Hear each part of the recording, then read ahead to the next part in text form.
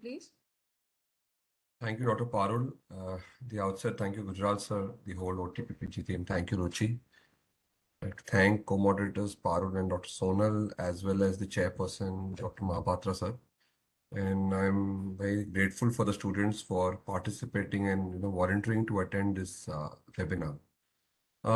The topic given is approach to thrombocytopenia and platelet counts, and I have done this webinar earlier a couple of times, so some of the cases that people are reattending will be repeated. The concepts remain the same.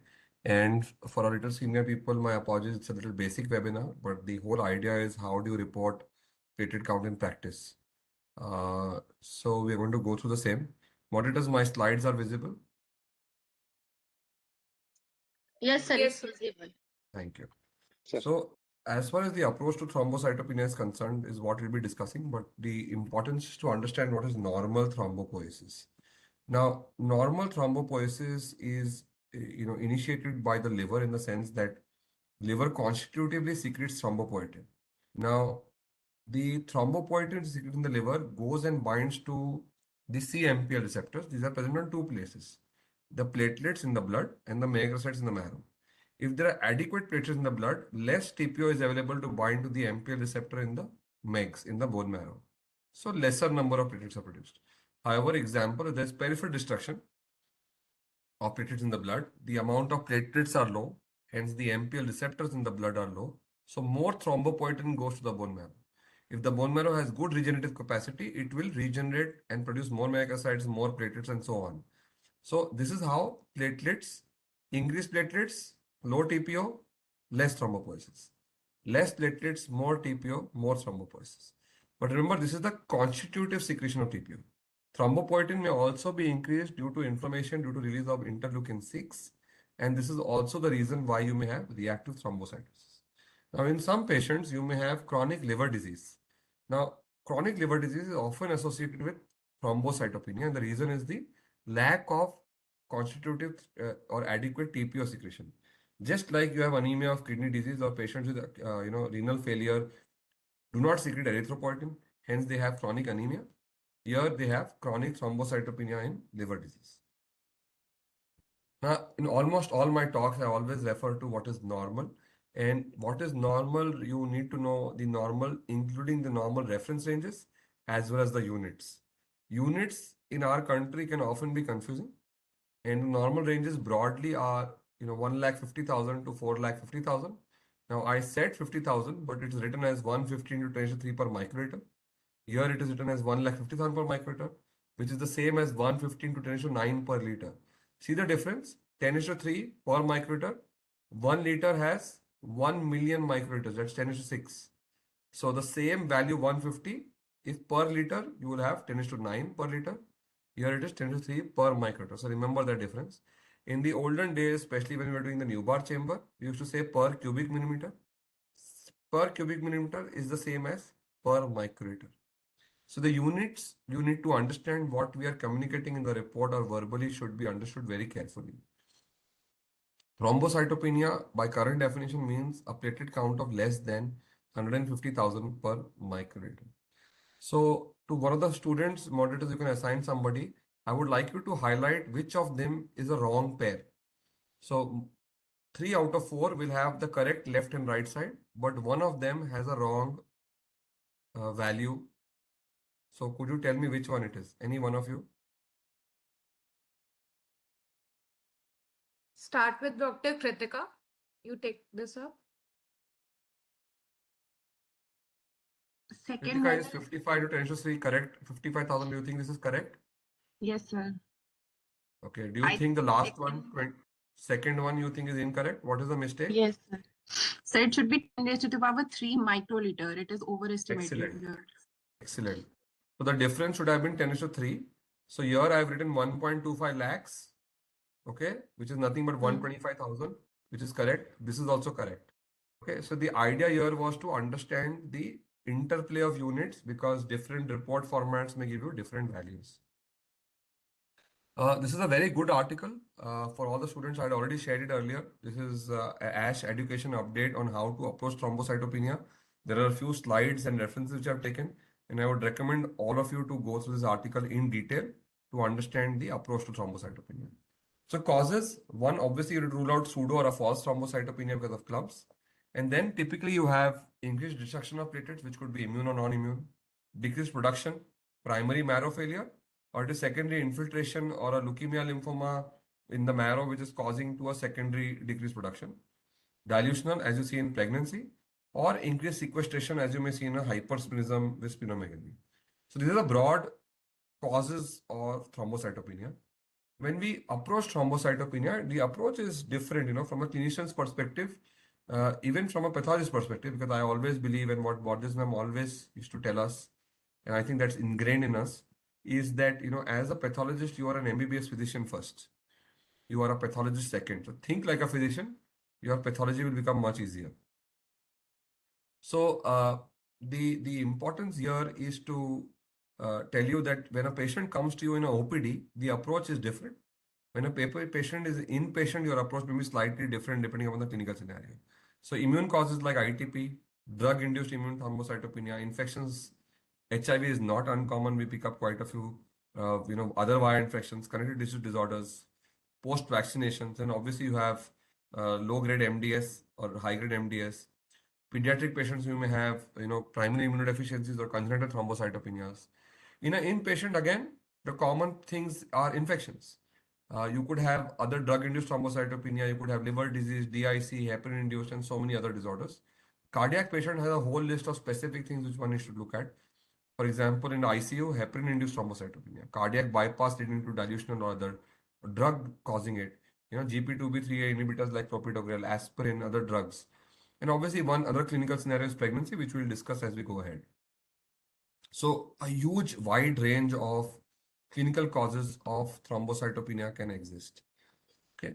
As a patient, typically when a patient comes into a clinician, the clinician is looking at, is the patient bleeding?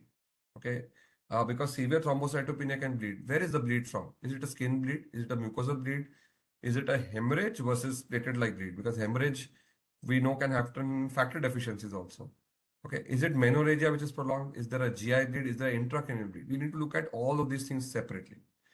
Duration, is it acute or has it been happening multiple times chronic? Are there any associated illnesses? Is there any drug history? Now, these days you have non-allopathic medications, alternate medications, supplements, whatnot. Is there any familial history of thrombocytopenia? This is very critical. For an admitted patient, he or she did they have an heparin exposure?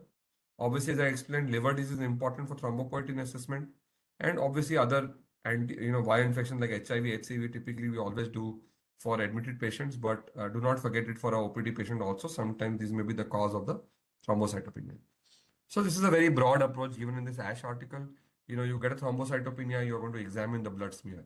You first assess, is this artifactual with clumping or is it true? True, you look at the various other things on the smear. You look at the RBCs.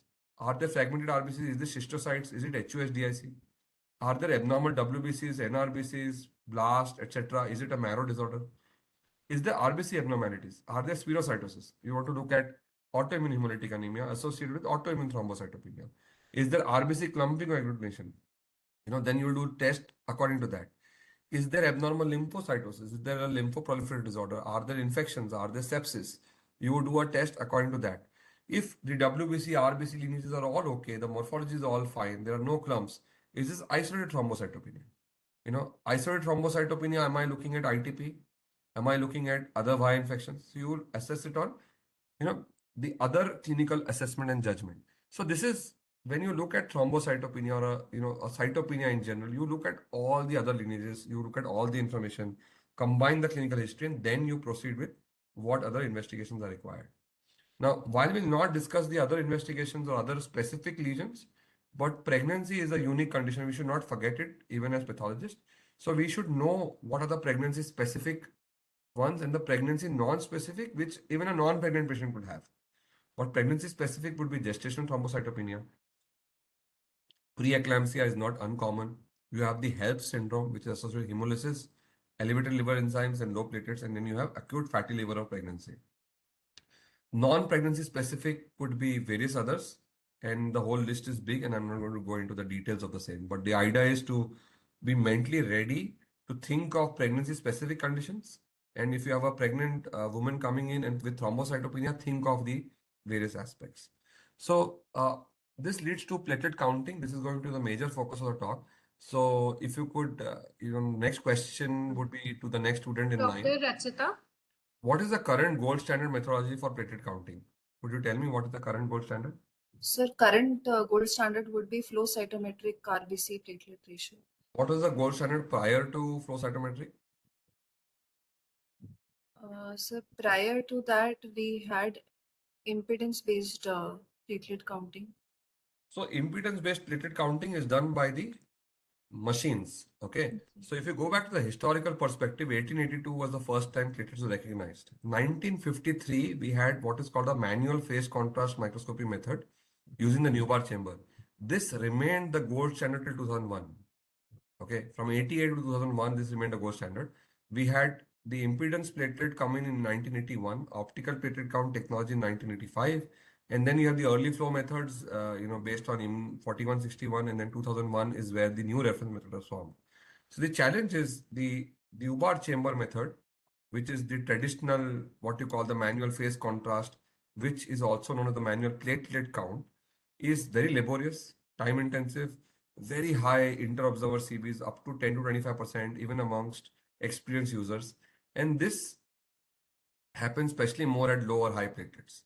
Now, without going into details of this, the international flow reference method takes the RBC events from flow, takes the platelet events from flow, and you combine the two to get a ratio of platelet RBC events. You take the RBC events from the analyzer, because those are supposed to be standardized and highly reproducible, and then you get what is the absolute platelet count. So this is the RBC platelet ratio method.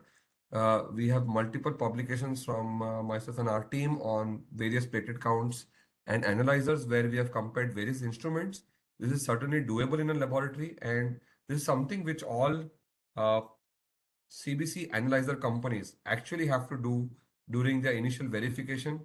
So before they give their impedance counts, the optics count, the platelet F counts, and various other parameter counts which are now available, they have to compare it to the flow reference method.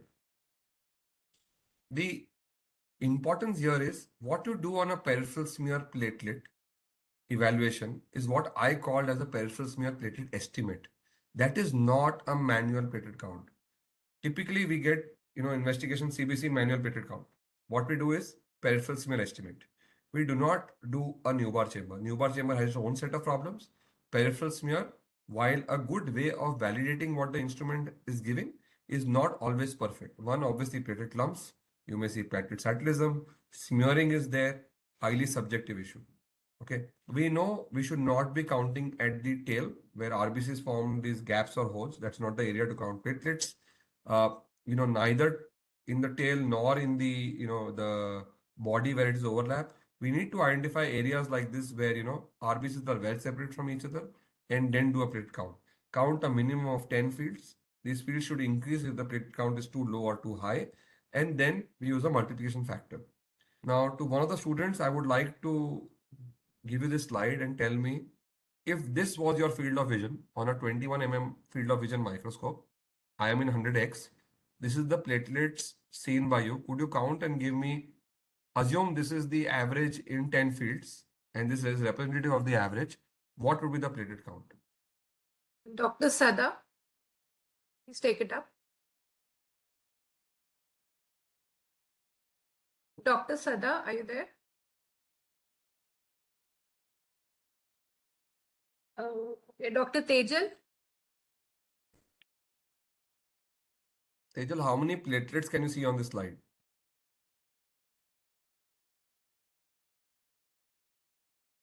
Tejal, are you there? Dr. Amol. Hello. Sir, 12 to 15 platelets are seen. So let's see, 1, 2, 3, this is debris, 4, 5, 6, 7, 8, 9, 10, 11, 12, 13, 14, 15, 16, query debris, and around 17 platelets are seen in this field. So if 17 platelets are seen and I say I did a 10 count and I got total 170 platelets, divided by 10 is 17, what do you think is the platelet count in this patient? Around 2,30,000. So how did you reach 2,30,000? I multiplied by 15,000 per platelet in Perfect. So in this is the the machine. subjectivity. Everyone has a different multiplication factor. If I asked other people, they may use 10,000, 15,000, 20,000, and so on. Remember, the multiplication factor depends upon the field of view of your microscope. There were older microscopes for 18, some microscopes are 21, some are 22. In my lab, under our microscopes, what we have done in our earlier unpublished literature, we use 10,000. Okay. Now, is it exact? It is not. If you gave me, I would say, okay, around 170. And if the analyzer is giving anywhere between plus minus 10% of 170, 180, I am okay. Okay. Once it is low, I need to look at more areas. Once it is high also, I need to look at more areas. So this is something which is subjective, but this is how I do it in my lab. And I would say, evaluate that in your machines, use say hundreds of samples, 2, 3 users, count the average number of platelets and put it into an Excel, you will see the variation. Okay. So this is what we did, and this is the multiplication factor. Now, I'll give an example. What I meant by doing 10 fields. I did 10 fields. Some had 3 platelets, some had 4, some had 8, some had 6, some had 7. We go on. We counted 45 platelets. So the average platelet per field is 4.5. So the multiplication factor is 10,000. So this is 45,000. Now, if you counted 20 fields and they were very low platelets, so you counted 20 fields, we got 40 platelets. Some had 0, some had 4, some had 2, some had 1. So the average platelet per field in the body area, neither the head nor the tail, was around 2. You multiply it by 20,000. Now, you can imagine the subjectivity. If somebody got an average of 1.8, you would say 18,000. Somebody got an average of 3, the same 20,000 becomes 30,000. If you change the multiplication factor, 2 into 10,000, if you use 2 into 15,000, becomes 30,000. Now, this is where 5 pathologists in the same lab can give 5 different platelet counts on the same sample. Okay. Now, which is more reproducible? But if your analyzer is giving 22,000, for example, or it is giving 18,000, for example, am I going to change that count? Really, no. In my lab, no. If there are no clumps, it's close to that. That counter is going to be invariably far more reproducible. So every time I would not go and change it based on my manual platelet count, and we'll discuss those cases where we change, where we don't change. Okay. Now the important thing is I saw platelet clumps.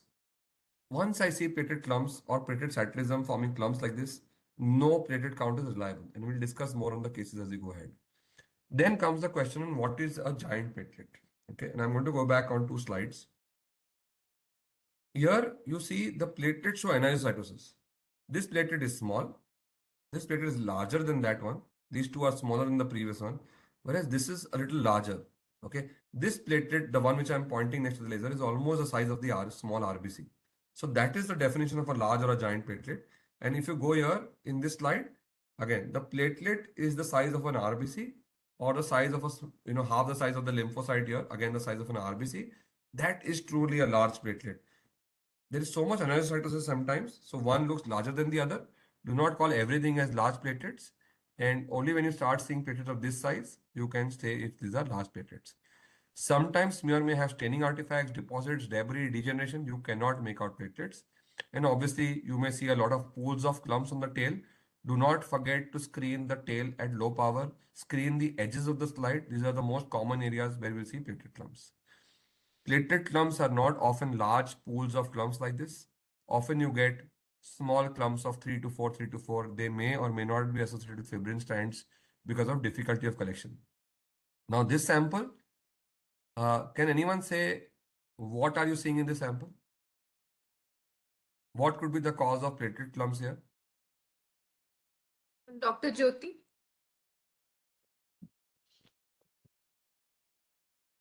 EDTA induced. Yeah, so when you use the word pseudothrombocytopenia, everyone thinks it's EDT induced. But look at the WBCs, what is happening here? Sir, satellitism. Okay. Is this WBC neutrophil morphology normal? Is it preserved? No. So, this was a sample shipped and stored in fridge overnight. Okay. So, I don't know the pathophysiology, but the sample shows evidence of degeneration and clumps. So, the cause could be plenty. I don't know whether clumps were there at the time of collection or because of storage or because of the making of the smear or because of delayed, collection. But there are clumps. In the background, I can see degeneration of WBC is also happening. So, we have to be careful. Is it a stored sample? So, we will move to the understanding of the principles. And if you guys have any questions along the way, please put them in the chat box. Students who are live can stop me there and tell me if you want me to repeat something. Typically, when we go to impedance or optical principle is the most common two principles now used in automated analyzers. Some rare analyzers also have immunostaining with the CD4161 antibody. And the importance is the counters give very reproducible results if there are no clumps. So once there are no clumps, in most times the CVs are less than 5%. However, as the platelet counts fall below 50,000, the CVs increase, and we'll discuss that aspect as we go along. What is impedance principle? Nothing but the Coulter principle or resistant detection method.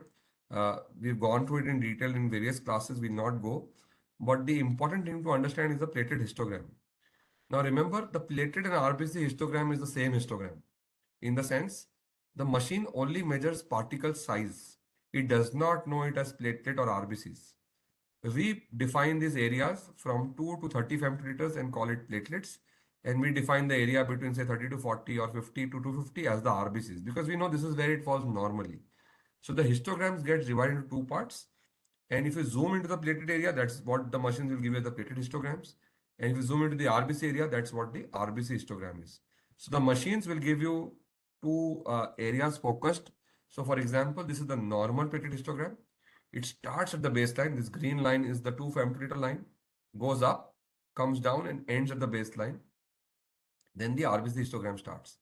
Here, it's a typical giant platelet histogram, or you may have clumps, where it goes up, then has these zigzag patterns because there is anisocytosis in the platelet size. Because the giant platelets have now become the size of small RBCs, it does not end at the baseline, and you cannot separate. And maybe this green line end line should have ideally lied here, would have given you more accurate platelet count based on where the curve. So if you were to draw a smooth curve around this, you may have gone down here and then gone down here. And we'll discuss the smoothing of curve technology as we go ahead. And this is where we are. So this is one of the instruments which uses what is called a smoothing of curve. So if you see in the platelet histogram, there is a black line and a green line. The green line is a natural line produced by the machine. But what the black line does is it says if I was to go accurately and go as per the slope of this curve would have ended here. So what it takes is it takes the area under the black histogram and gives the accurate platelet count and not basis of the green histogram. So this is called as the platelet curve correction or smoothing of curve technology to give you more accurate platelet counts in patients with giant platelets. So in this particular model from Beckman-Coulter, if you didn't have the smoothing of curve, the green basis, it will give you no black curve and it will say, please confirm the platelet count on the smear. So again, I'm going to repeat this. In most instruments, you have a lower fixed threshold, which is the 2 femtoliters. Anything less than 2 femtoliters is because of dust, debris, lack of using improper sheath fluid. And bigger than 20-30 femtoliters is either giant platelets or there may be RBC fragments or WBC fragments. Often in the center, in many instruments, you have what is called a fixed threshold at 12 femtoliters. Then you have indices like the platelet large cell ratio, platelet create and others. We'll not go into the depth of that today for want of time. And what you're looking at is a normal curve which is left skewed. Means the peak of the platelet typically happens before the 12 femtoliters. Once this peak happens, then the cells start going down, which is majority of the platelets are smaller than 12 and a small number of platelets are bigger than 12 femtoliter, and the curve goes down smoothly and ends at the baseline. If you have giant platelets, what happens is this curve starts going here, and I can maybe try drawing that with a pointer or a laser. So what will happen is if you have, the graph may go here, and here it starts having anisocytosis, and it may not end at the baseline. So this is because either of clumps or giant platelets, and it's just telling you there is anisocytosis or a variable number of variable size platelets. Okay, so compare that to a smooth curve which went down like this shown here. So there is no anisocytosis, it's a smooth curve. Okay, so if the platelet does not start at the baseline, the histogram, problem. This is most likely a machine problem, debris, platelets, fluid. This is normally checked in the morning in the background. You should do a background run. Most good analyzers will do a background in the morning and look for particles or noise in the machine. As I said, if it does not reach the baseline, look at your RBC fragments, look at your giant platelets on the smear, look for platelet clumps. Rarely, like in RBCs, you have dual peak, you may see dual peaks. Can anyone tell me where this could happen? Anyone? Any one of the students? Bimodal distribution of platelets. Dr. The Kritika. platelet transfusions. Excellent. If they- So rarely transfusions, recovery from chemotherapy, you may have that. Now, as we explained, we often cannot differentiate in the gray area of the overlap between small RBCs and large platelets. So you see, large platelets may go into the RBC area and the small RBCs may go into the platelet area. This is where impedance count may not be accurate. And for us as pathologists, viewing the histogram is very, very critical. Okay, you will see the histogram, you will see the smear, you will see the RBC indices, you will see the RBC morphology and the platelet morphology. After looking at all 5 things, will you report? And that is what we are going to discuss as we go along and see our cases. More importantly, to overcome this abnormality, you have the current technology of what is called the optical platelet count. What happens in most optical analyzers, and ignore the instrument, if various analyzers will have various graphs. Here on the y-axis, you have a term called as forward scatter. Forward scatter is indirectly proportional to the size of the cells. These blue, purple cells are nothing but your RBCs, which are larger than platelets. On the x-axis, you have a term called as fluorescence, side fluorescence. So what happens is there is a dye, RNA binding dye, which we put. So in the RBCs which contain RNA, what are they? Anyone? What are the RNA containing RBCs called?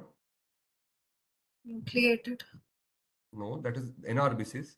But if you do staining and you can see fragments of RNA, Reticulocyte. reticulocytes. So imagine these are the purple and the red ones are the RNA containing fragments. Okay, I am going to maybe first clear it again and then show you.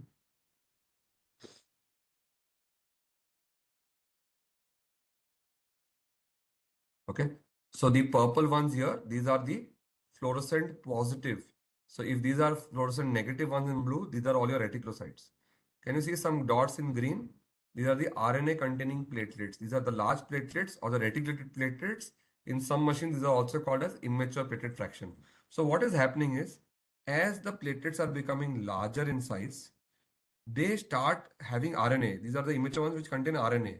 Because they get RNA, they go on the right side of the x-axis. Whereas the smaller RBCs, they do not contain RNA. They are smaller in size and they go into this part of the axis. So what are we doing? We are able to separate small RBCs from giant platelets. So this is the area of small RBCs. This is the area of giant platelets. So this overlap area is separated. The only challenge is, why is it not available? Because it requires a separate fluorescent dye. It requires a separate technology, which means even in 3-part counters, this is not there. In 5-part counters, where you have a retic or a platelet F mode, this technology will be available. Without running in the retic mode or using the dye to stain the platelets reticulocyte, this will not be available.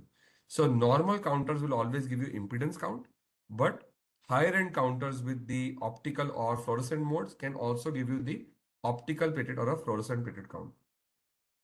So this is an example where a patient had lot of small RBCs. So what I'm showing you in the scattergram, increased amount of small RBCs compared to the right hand side where there is hardly any small RBCs.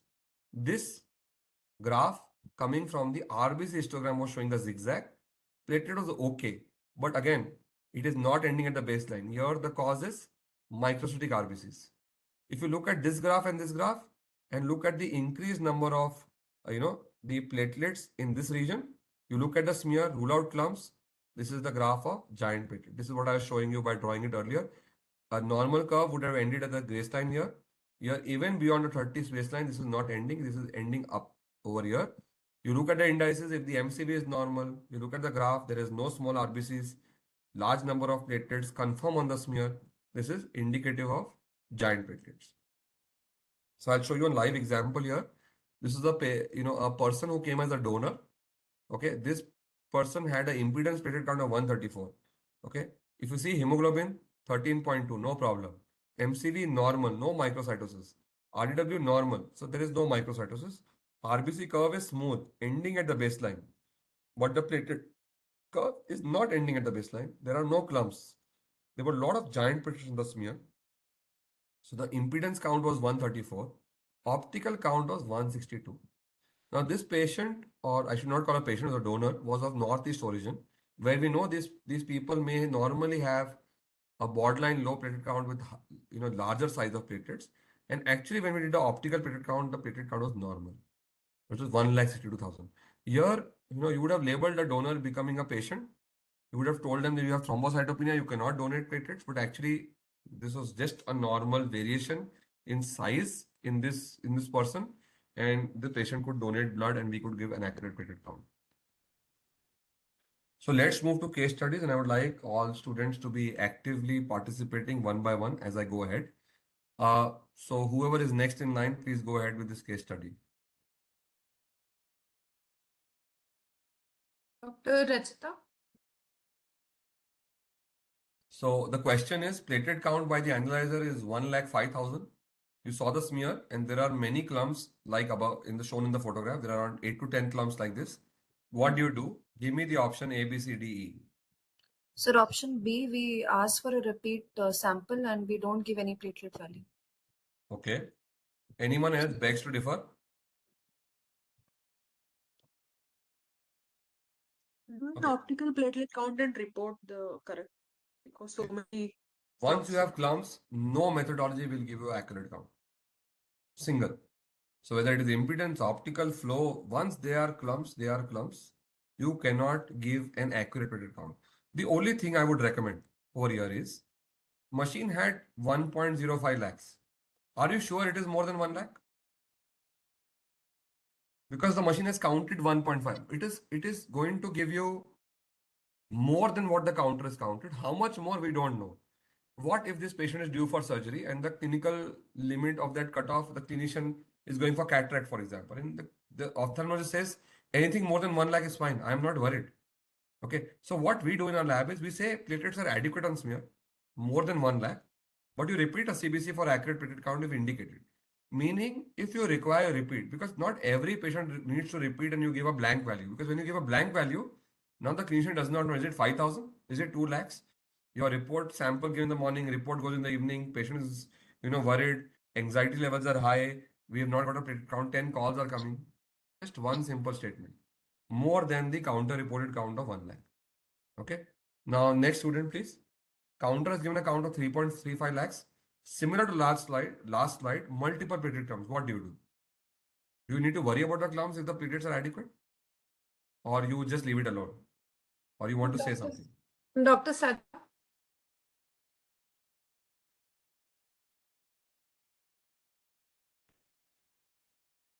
Dr. Tejal. Sir, we will see it on peripheral smear, whether large platelets They were or there. not. Yeah. Yes, they were So there. we can tell them to send the sample in sodium citrate. I would Like- not agree. Why you want to bleed the patient again? And every platelet count, the answer is not citrate. Citrate is the answer for ADTA-induced pseudothrombocytopenia. I see left, right, center, patient having poor collection, patient having fibrin strands, patient having slow collection, difficult vein, chemo patient. Every patient you are telling to run in citrate. Okay. Now, when you run in citrate, you are supposed to run both the ADTA and citrate. Then comes the question, are you going to run it free of cost? In the hospital, you No. expect labs to run free of cost. Once you open your own lab, you will say, no, I am not going to run free of cost. Then the clinician will say, but you asked for it. And the patient will say, I gave my sample, your staff collected it, not my fault. These are practical problems.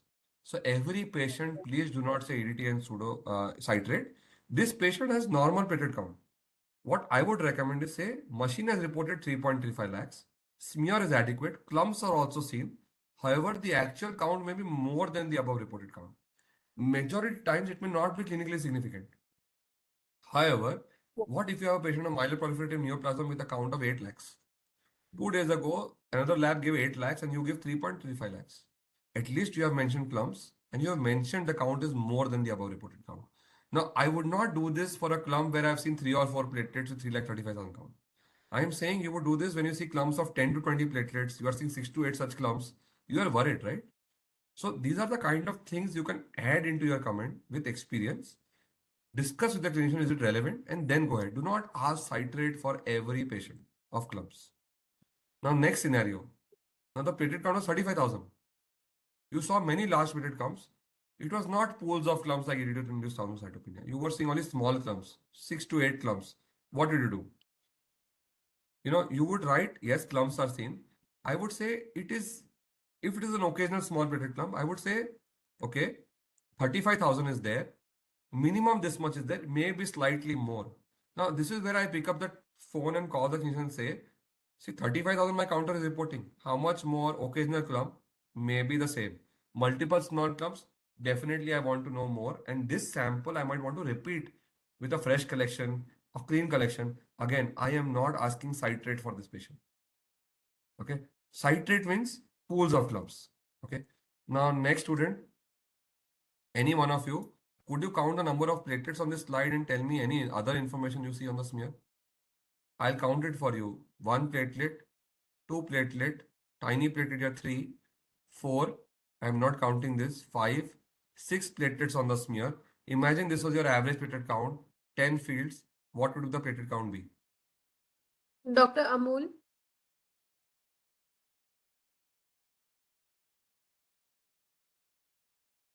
Dr. Jyoti. Around 60,000 platelets. Any additional information? Sir, I can see so many schistocytes, fragmented RBCs. I saw And, 2 NRBCs and I also saw a left shift with myelometamyelocytes. What's the impression on your smear? Are you going to give any impression? Are you going to give any advice? Sir, I'll ask for a Coombs test. Wrong. Coombs test is done for autoimmune hemolytic anemias or immune hemolytic anemias. You are seeing cystocytes, RBC fragmentation. Pathophysiology is completely different. So first thing I asked you, what is your impression? I didn't ask you for the test. Hemolytic anemia. So hemolytic anemia could be drug-induced hemolysis, Burns hemolysis. Sir, there is Hemolytic one anemia is where hereditary RBC is seen. spherocytosis, thalassemia hemoglobinopathy. There are multiple hemolytic anemias. Microangiopathic. So microangiopathic. Microangiopathic. So the diagnosis is microangiopathic hemolytic anemia or MAHA. So that is what your impression should state. Now, based on a clinical picture, can you make a diagnosis in a patient? So I may have MAHA in a patient of Burns. If I have a WBC count of 25,000 neutrophil leukocytosis, high CRP, patient is sepsis, then as somebody was suggesting in the comments, you are asking for a DIC profile. What if the patient had a severe, young child, had a severe gastroinfection few days ago, also has some kidney failure happening? So, you're thinking of HUS-TTP. HUS.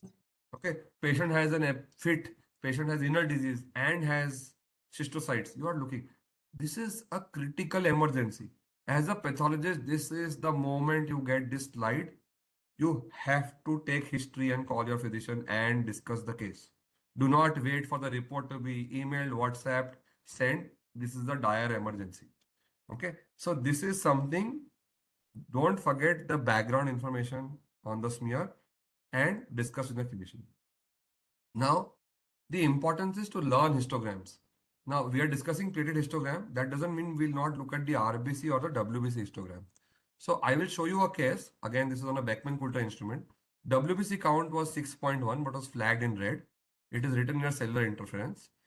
MCV was 79.6. Cutoff for this patient normal is 80, so it gave us hypochromia. But if you see the platelet curve, the platelet count given by the machine is 294,000. Okay, and this machine counts the value 3 times and gives an average. It gave 294. The curve is beautiful and smooth. There is no problem whatsoever in the curve. Still, there is a flag of platelet loss. Anything unusual in this? Any of the histograms? In any of the histogram, can you see a histogram not starting at the baseline? So WBC Excellent. zone is This is the ghost area, and you see this in 3-part counters or 5-part counters which give you the histogram. Now, these are small things that the ghost area indicates interference. That is why the machine said cellular interference, because this is the region of lymphocytes. It did not fall, which means machine is identifying particles or something which is the size of a small lymphocyte and cannot separate from a lymphocyte. So what are the different particles you may have? It could be clumps, it could be NRBCs, it could be schizons of a malaria. So the answer here would have been all of the above. So the importance here is a normal ghost area in a 3-part histogram is empty, and here. So it's not that, I have a 3-part counter, I don't have a fascinating counter, I cannot see plated lumps. You could see it, you don't need a machine to tell you. The idea of showing you this case was how humans have trained the machine to read a graph and give you the value of platelet clumps. And what are we pathologists doing? We are only dependent, oh, machine has given platelet clumps, I need to see the smear. We are forgetting how we trained the machine was to see histograms, was to see scattergrams. Please, humble request. CBC is not numbers. CBC is morphology of histograms. CBC is morphology of scattergrams. CBC is morphology of the peripheral smear. And then I go to the numbers. Without which you are not a good morphologist, which means I am not a good pathologist. Clinical history on one side, morphology on the other, and numbers third. Please focus on morphology of histo and scattergrams. Next case study, 72-year-old male, thrombocytopenia of 54,000. Okay, next student, can you interpret the graph? The plated histogram. What is abnormal in the plated histogram? Dr. Rachita? Sir, multiple peaks are there. Excellent. Right from the beginning, there is not even a smooth curve happening. I'm sorry. There is no smooth curve happening here also. Okay. If it was smooth curve and giant, I would have understood at least this part. Here, there are multiple curves happening in the beginning. Neither has the machine given me a smooth curve, the black one. It has just given me a non-smooth curve. This is an indication of abnormal. Very abruptly it ended. What would be your next step? Sir, we can look at the peripheral smear to identify dual This is the peripheral populations. smear. Pools of large plated terms. You can look at this. Yes. Multiple pools. Now, this is a classical case of EDTA-induced thrombocytopenia. When I see pools of such clumps, I typically ask for a cited sample. Now, what is the policy we follow in our lab when you get these patients? Okay, you should ask for 3 things in a follow-up patient. You should ask for a EDTA sample, you should ask for a citrate sample, and you should ask for a peripheral smear taken from the first or last drop from the syringe blood without putting into the containers. 2 reasons. One, sometimes citrate smear will also show similar thrombocytopenia and clumps. Many times there is activation of platelets, you do whatever collection and put into anticoagulant, it clumps. So a direct smear is important. The next thing is when you receive the 2 samples, the first thing I do is I make smears. I make smears from the EDTA sample and the citrate sample. If both are showing pools of clumps, it is not going to matter. Why do I run both the samples? You can run one of the 2. Okay. If the EDTA is showing pools of clumps, the citrate is not showing, then I run the citrate sample. Here, the citrate sample was run. The platelet count was 2.35 lakhs. Okay. So the platelet count of 54,000 is incorrect. We saw the citrate smear, no clumps. We do this. So this is how you would approach a patient, okay, and give an accurate platelet count. So as I said, we saw the platelet histogram, we saw the smear, pools of clumps, collected plain smear from the syringe at source, EDTA sample, citrate sample, and we corrected the spurious result which we got on our automated analyzer. Okay. Now we go to the next patient. Who is the next student? Nine. Dr. Tejal. So Tejal, this is a 55-year-old patient. It's a known case of acute leukemia. We got a hemoglobin of 7.5. This is on patient on chemotherapy, and the WBC count is 21,500 with blast. We have seen a platelet count of 18,000 given by the analyzer, and I am not seeing clumps. I am seeing an average of 1 to 2 platelets. The clinician is saying, give me a manual platelet count, but every other field I am seeing 1 to 2 platelets, occasional medium-sized platelet, but no true giant platelets over here seen on the smear. And he's saying, okay, give me the accurate count. What are you going to do next? So, sir, this is a case of acute leukemia, so there are the chances of thrombocytopenia in this. So, I think the peripheral smear will give the No clumps. As I said, small to medium-sized platelets, 1 to 2 platelets per field. Will you report this count, not report this count, give a comment? Yes, sir, we'll report this. Nandini says newbar chamber. Nandini, you need to go back and do newbar chamber thrice yourself. Trust me, you will get counts as varied as 10 to 40,000. Even when you do it yourself. So low platelet count is extremely difficult in newbar chamber. I would report as it is. This is just a troubleshooting list I have made for you guys. Okay. First thing, rule out microclots in the sample. Okay. Make smear, look for fibrin strand and platelet clumps on the slide. Screen the edges, screen the tails. Do a peripheral smear platelet estimate. If you get no clumps, 1 to 2 platelets, looks like 10 to 20,000, it is matching. Okay. The next question I would ask is, you ask the clinician, if it was 18 or 20,000, how would it matter? Now he would say, no, I might cut off of transfusion threshold is only 10,000, so 18 or 20,000 doesn't matter to me in this patient. This patient is very stable. You're fine. I would report it the way it is. Okay. If I'm seeing clumps, pools of clumps, we would do the other things which I discussed earlier. But the importance of this case is, do not worry to report a low count once you have gone through this troubleshooting list in your mind. Okay. Now, next one, whoever the next student, this patient had a platelet count of 1,39,000. Okay. This is the platelet count. This is the graph. Are you okay to report this count or you are worried? Dr. Amol,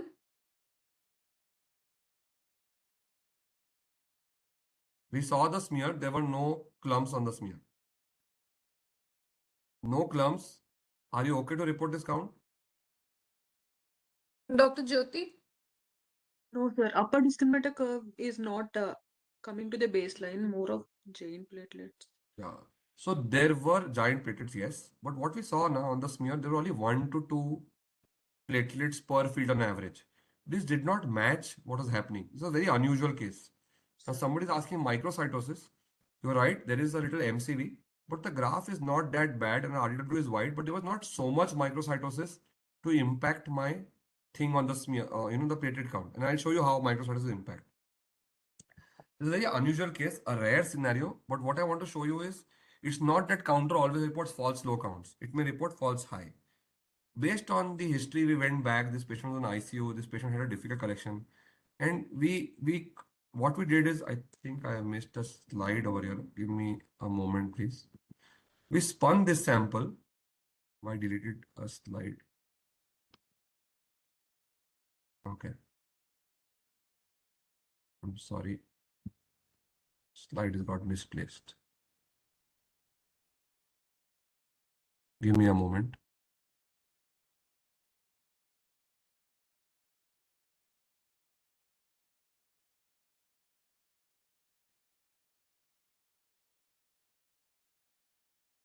We asked for a repeat sample and we did optical platelet count. Okay, the optical platelet count was 10,000. Now, why did we do an optical platelet count? Because the smear was not matching. So we realized what is the challenge? We spun this sample. This sample had RBC fragments because of hemolysis. So while it was not the microcytosis impacting, the thought was right. It was the RBC fragments which were impacting, leading to a false platelet count. Now here, there is one thing which I would like to tell you. Many times in a pathology laboratory, you are not dealing with hematology separate, biochemistry separate, and sometimes the departments are separate. Now, we normally never spin a EDTA sample, but we know we spin our serum samples. Often I have seen this happen. A serum sample is spun. The technologist in the biochemistry finds that is hemolyzed and says, this is not a sample. I will not process the electrolytes, for example, because potassium will come falsely high. But the same technologist never passes this message to the hemat technologist because they may be in different labs, they may be in different department, you may be in different rooms or vice versa. And sometimes you're standing next to each other in a small lab. But these are the cases where it is important to pass the message. Was there a mismatch in the platelet? This is a rare scenario. It has happened with us. And that's why I'm sharing this. Not that it happens every day, but it's a challenge which you may face. Okay. Now, I am going to the next sample. Here, again, the focus I want you to see is the platelet histogram. Machine gave a platelet count of 81,000. But if you see here, what it is saying, platelet and O. The machine has recognized that my algorithm of platelet curve not ending at the baseline is not there. I don't think this curve is reliable. and machine has seen, okay, there is little microcytosis. I think I should report the optical count. The optical count graph looked okay to me, and the machine gave a 81,000 count, which was matching the smear, and that is what we reported. So the importance here comes is to look at platelet histograms. So if you see these 3 histograms from 3 different patients, all of them, if I tell you, had a platelet count of say 35,000. If you were to choose one of the histograms which is reliable, which one would you choose? Second. Second one, right? The first one is possibly reporting problems coming from the RBC, is possibly reporting higher count. The third one is possibly reporting impossible counts. Frankly, first and third, I would not report the platelet count till I saw smear and I did something like impedance or optical. Now, challenge comes to labs with 3-part counters or 5-part without optical. What do? This is where the peripheral smear estimate becomes important. And only these cases is where I will see to it that I have to rely on my peripheral smear count rather than my counter count.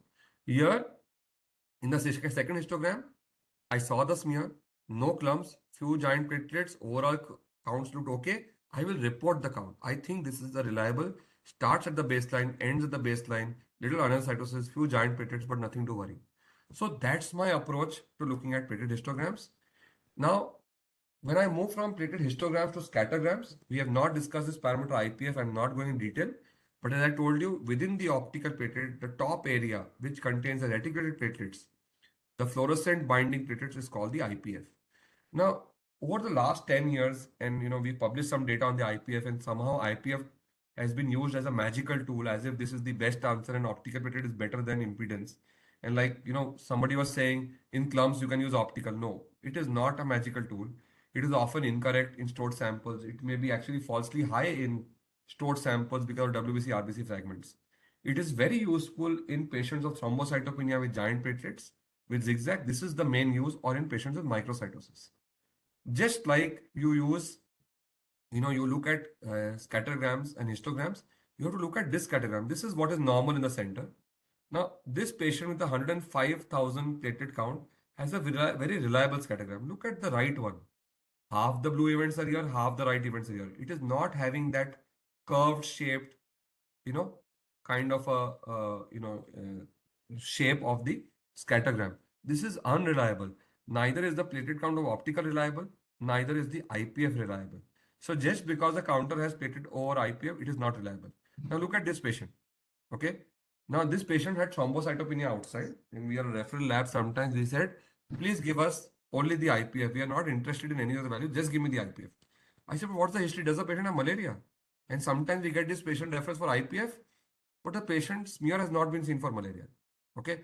Now this is coming from a lab which has run their CBC, which has reported platelet count, and I assume has seen the smear and has sent it to us only for IPF. The IPF is 32.7%. The platelet count is 22,000. I look at the scattergram. I say this is unreliable. I look at the smear, pools of clumps. Then we write in a report, in view of large clumps, neither the platelet count nor the IPF are reliable, but morphology, the clumps, are so many and the platelets appear adequate on smear. Still, some clinician and laboratory people may fight and give me a value. No, please do not give a value when you have patients like this. You have to put your foot down as a pathologist and say, with massive clumps, all that I can say is platelets are adequate. Neither the optical, neither the impedance, neither the fluorescent, neither any damn platelet count can be reliable. Okay. You can at the max say, machine gave a count of 22,000. It is more than that. And on smear, it appears massively adequate based on the pools of clumps. Okay. Now let's see another sample. This patient had WBC which looked normal, 10,420, had a higher lymphocyte percentage and hemoglobin of 10.6, platelet count increased 6,29,000. Upfront, you will say, okay, platelets are increased. Why are we seeing thrombocytosis? What's the big thing? But as I said, when you're reporting, do not focus only on one parameter. You look at all the parameters. So before even seeing the smear, I went to the histograms. I went to the scattergrams. The scattergrams of RBC platelet actually look nice. No problem. But this is where there's a big problem. Now you will say, I don't know what normal looks like. So I have put what is normal for you on your right. Eosinophils, looking similar position. Neutrophils, a little higher. Monocytes, they seem to be in the right position. But see, the lymphocyte has got marked as monocyte, and the purple color has been given to something which lies in what is the ghost area of here, where we never see any cells. So obviously the monocyte count is wrong. Obviously the lymphocyte which it showed as 57,000 is wrong. And this is where you see the region of NRBC and debris. And all this debris or ghost area is full of cells. The moment I see this sample, I know this is a degeneration in the sample. We saw the smear, every damn cell was degenerated. The sending lab did not tell us that this is a 2-day-old sample and told us, please evaluate the peripheral smear. This is unfortunately what happens in practice. We said, no, we are not reporting. We called for the fresh sample. This is the fresh sample you're seeing. Again, the curve is not as well going to the baseline, but still reliable. Now look at the histogram, the scattergram. Nothing in the debris area, clear separation. Look at the normal reference plot. You can compare. Now the platelet count. What was given as 6,29,000 is 51,000. Okay. I didn't need the peripheral smear to tell me degeneration. I saw the WBC scattergram. I saw the histogram. There was something abnormal. The clue did not come from the platelet histograms. The clue came from the WBC scattergram. Okay. Again, eye opener for a lot of people. The WBC count was normal 4,000. Previous count was 10,000. The differential count was normal. Previously it was reporting as abnormal lymphocytes. The only thing which was correct was hemoglobin, because you lyse RBC doesn't really change much. So the importance comes from here. You look at your histograms, you look at your scattergrams, identify abnormalities, look at your smear, then report a sample. Do not report one without the other. Okay. Last few slides and I'm going to end. This is the importance to understand reproducibility. Often as pathologists in labs, we are faced with challenge that your platelet count is unreliable. Trust me, in the best of labs, clinicians are not happy with the pathologist, and the biggest sore is platelet counts. And I think there are two major reasons for it. Our understanding, our subjectivity in communicating the same results to the pathologist, even within the same lab, multiple pathologists doing different, variable ways of doing manual platelet counts. Somebody doing new bar, somebody using a factor of 15,000, changing of machine counts when it is not required, different machines in the same laboratory, morning one machine is used, evening one machine is used. Then biological variables in the patient. Obviously, there are a lot of pre-analytical errors. Slow collection, ICU, IV line collection, blood given on the left arm, collected from the same arm without, giving a gap. Okay, heparin given to the patient and causing heparin-induced thrombocytopenia. You name, sepsis patient deteriorating. So there are variables. But we need to know what is the machine variation. That is where every day in the morning, labs are told to run controls. You may run 1-level control, you may run 2-level, 3-level, but over a period of time, you should collect your data. You should ideally collect samples of around 50, 60,000 or values of around 1.5, 2 lakhs or values of around 4, 5 lakhs. Run that sample 10 times. Okay. After running that sample 10 times, see what is your acceptable variation, because now the sample is fresh. You have checked this sample of 50,000 has no clumps. You ran that sample 8, 10 times, see what is the variation. Now you may have two types of 50,000 sample. A leukemia sample with a suppressed marrow with no variation in platelet size. It will give you a very good CV. It will give you results like 48,000, 49,000, 51,000, 52,000. Very stable because there is no variation. And you run a sample of dengue with 50,000 impedance count with giant platelets, lot of variation. It will give you counts varying from 40 to 60,000 in the same sample. So it tells you inherent variability of your machine. Okay. So what is going to happen is, higher the count, lesser is going to be the CV, which is telling you it is more reproducible. This is a mathematical statistical thing. Lower the count, generally the reproducibility is less, especially if you have anisocytosis. So more is the variation. Now I'm giving you two examples. In both examples, the difference in the platelet count is only 8,000. So first run 2 lakhs, second run 1,92,000. Difference absolute terms 8,000. In terms of percentage, the difference is only 4%. As I said, most counters give a good CV of 5%. It is acceptable. Here, in the second run, difference of 8,000. Is it acceptable? The difference is 33%. Can it have a huge impact? Maybe yes, maybe no. I am not sure. Because if it's a chemo patient, suppressed marrow, it is unlikely why it is showing. But if it is 2 runs across morning and evening sample, this is actually acceptable. This may be biological variation. This may be variation within your instrument because of giant platelets. So the idea is be aware, this is 33%. Okay, 20,000 to 30,000, clinicians may not vary, but it is almost 33%. Okay, so what is the percentage difference which you are going to allow in your lab, in your machine, in that clinical scenario is what you need to be aware. The moment you are aware of this, the moment you are confident, the moment you share this information and tell this is within 20%, and at a count of 20,000, my analyzers gives me a 20% difference. So whether it is 16%, 16,000 to 24,000, I don't know. That variation could be well within the biological variation, and you need to take a clinical call. At this times, the clinicians don't know, tell me one answer. Is it 20 or 22? I would say, let's do a trend analysis. Let's see what it was yesterday, what it is now, what is going to be 12 hours, 24 hours, 36 hours, 48 hours after this. Because that trend analysis is going to tell you what is the true picture. And most smart clinicians know this. They will not rely on one value. But obviously, I am saying all this once you have ruled out platelet clumps, other abnormalities, and pre-analytical errors. Moving to a last couple of slides, any of the students could interpret this CBC data and the graph and tell me what are we dealing with? All the information out there, you can read it. Take a minute. Any of you can go ahead and tell me what do you think is happening here?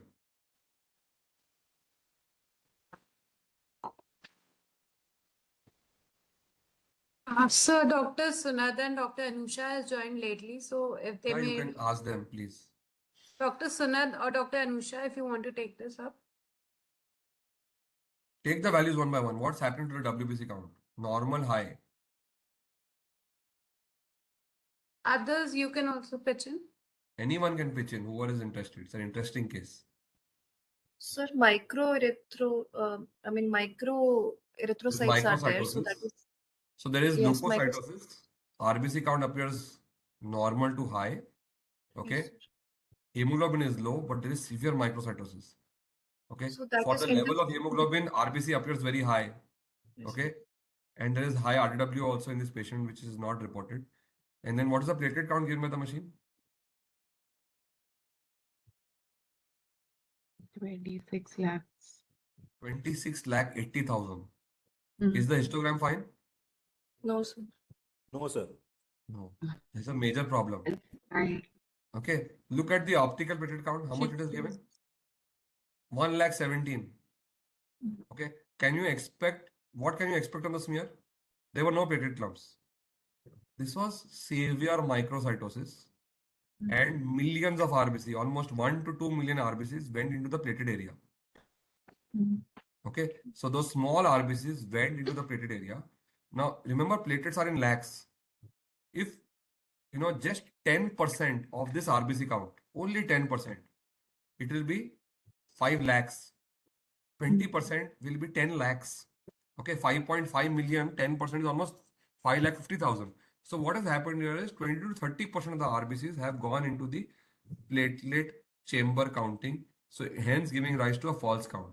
Keep in mind, iron deficiency can lead to a normal reactive thrombocytosis, which is normal. This is where looking at a histogram counts. Sometimes you can have a 6 lakh count, which could be normal reactive thrombocytosis. And sometimes you could have a 6 to 7 lakh count because due to severe microcytosis. So once you look at the histogram, if the platelet histogram is fine, you are okay to report the result. But be careful in very difficult cases, especially like this 55 or low MCV, the optical platelet count is very helpful. And this patient had thalassemia, severe iron deficiency anemia, and a thrombocytopenia.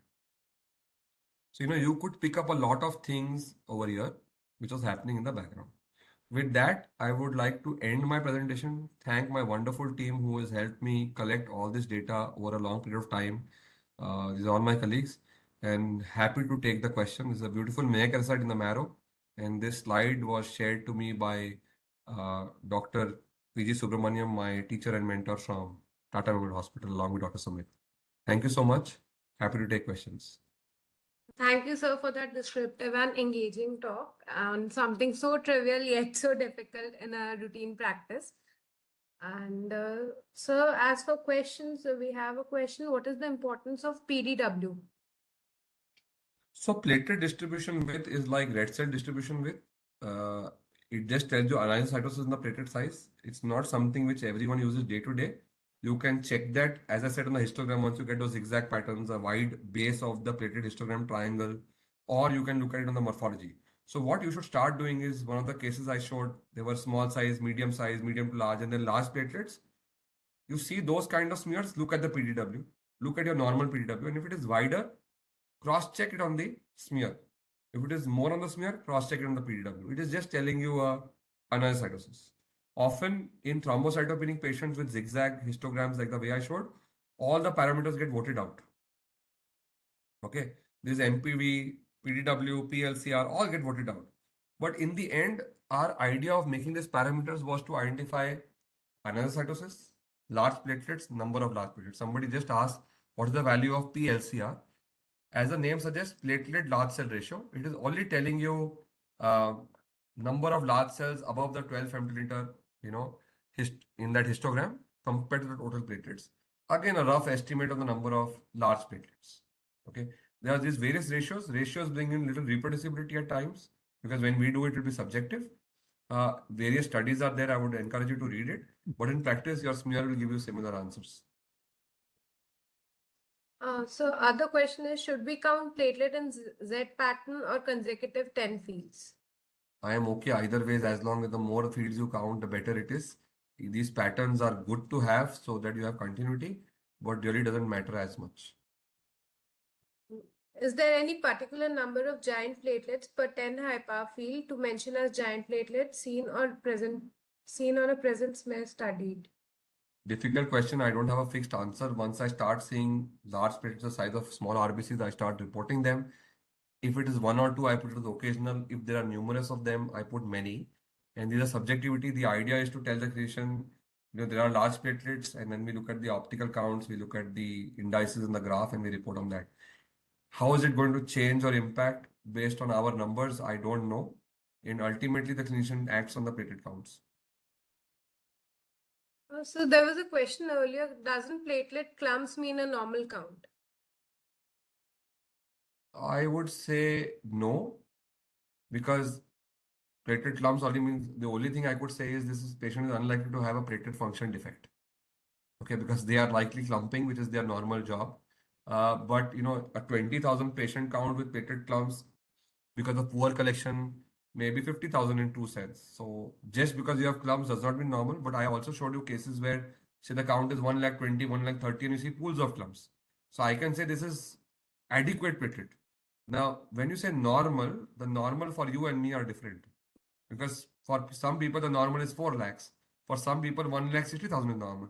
When I said some people from eastern parts of India have maybe 1,20,000 as normal. So if, say, all of us were to get dengue, for example, I hope we don't, but our platelets will fall from 4 lakh to 2 lakhs in that person. Now, will you call 2 lakh normal for that person? No, because it was 4 lakhs was normal. At the most, I can call it adequate.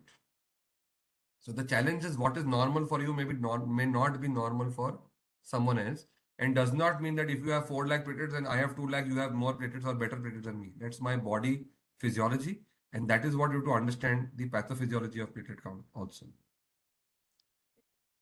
So I have observed sometimes clumps are in the head part of slide. Is it important to report that? Clumps anywhere on the slide are important to report, and sometimes only where the sample was, drop of blood was put, and if it was pressurized, and then you are seeing only on that edge, I would worry. More important is to look at the tail, okay, and the sides of the smear. But yeah, only head, occasional clump, I would then ignore. But if there are too many clumps, then it is worrisome. Make one more smear and see. If there are true clumps, they'll be there.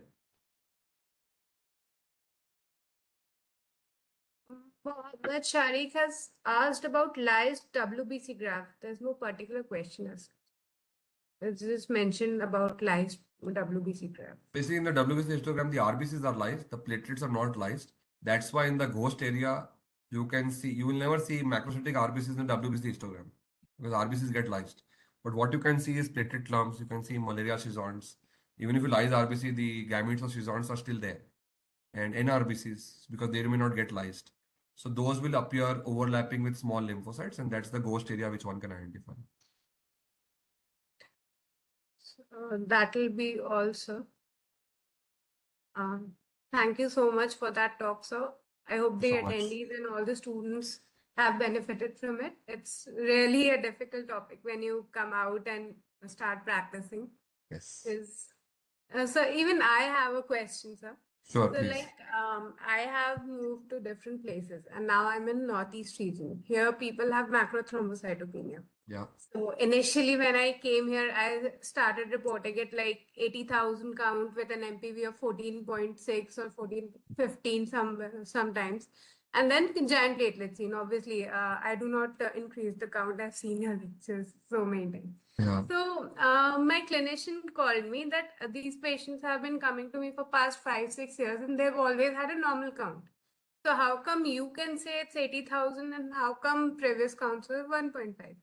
So I just mentioned that it was giant platelets which were maybe they have increased the count because that previous people must have increased the That's the count. So they subjectivity were of the manual count. yeah. Very So difficult. they said that we don't care about giant platelets. We want a normal count. So So the you just only tell me. answer I have is doing an optical or fluorescent count. That is the only answer. Right. Unfortunately, in the Northeast, I think all analyzers should have an optical count. And even then, you will feel patients have normal platelet of 1,30,000. The challenge in these patients is, I always have a question when these patients walk into our clinics. Because in today's day and world, I may be seeing from UP or I may be having a surname which is from, a Rai from Orissa or Bihar. But what for the last 3 generations, we never lived there. But I don't know my constitution, okay, originality or ethnicity. I could still continue to have those. That is one. Two, these patients can also have a malaria, dengue, viral infection with thrombocytopenia. So often we ask them, can you go back 1 year, 2 year, 3 year, look at your health checkup report. Did you ever have normal platelets? So suddenly somebody who had a 160 count and today comes with 80 with giant platelets is never going to be the constitutional macro thrombocytopenia. Okay. But if they always had a familial history, 80 to 120 count, and one thing I see in these patients, every report gives me a different count 80, 110, 120, 130, because every pathologist in every lab And is getting a. multiple runs give different values. Yes. So. And you will see multiple runs, the same patient, your histogram by the machine will be different. So that is where optical count comes in. And person, these are the classic scenarios where you need to do an optical count. I don't have an answer, but that's how it happens. So question by Dr. Uma, how much can we increase counts? A very difficult question, Uma. Because the problem is clumps can be 2-3 clump can be 10-20, clump can be 40-50. I don't have an exact answer. What I tend to do is if it is more than 1 lakh by the counter and I'm seeing large clumps, I'm straight away giving more than 1 lakh. If it is 50,000 by the counter, for example, and I'm seeing 10-20 ka clumps, okay, I can in a multiple such clumps, 10, 20, 30 clumps like this, I will say, okay, more than 50,000, maybe around a lakh requires repeat. Once it's below 50,000 with whatever clumps, I just say, this is what the counter has reported. I am seeing clumps, either occasional, many, maybe more than the above report count, and you need a repeat. However, if you just get an occasional clump of 2-3 platelets, and you still overall the field has 20-30,000 in every slide to protect yourself, you write occasional clump seen, occasional giant platelet seen. That's also wrong. Okay, we need to also not always sit on the fence. We need to report what is important. Otherwise, the clinicians stop believing us. So, developing that rational reporting and relationship with the clinician is very critical. So that will be all. Thank you so much, sir. Thank you. Thank you, everyone. Patient. Thank you, The doctor. practical aspect of platelet counting. It was a wonderful lecture. Thank you so much. Thank you so much. Thank you. Thank you, sir. Thank you.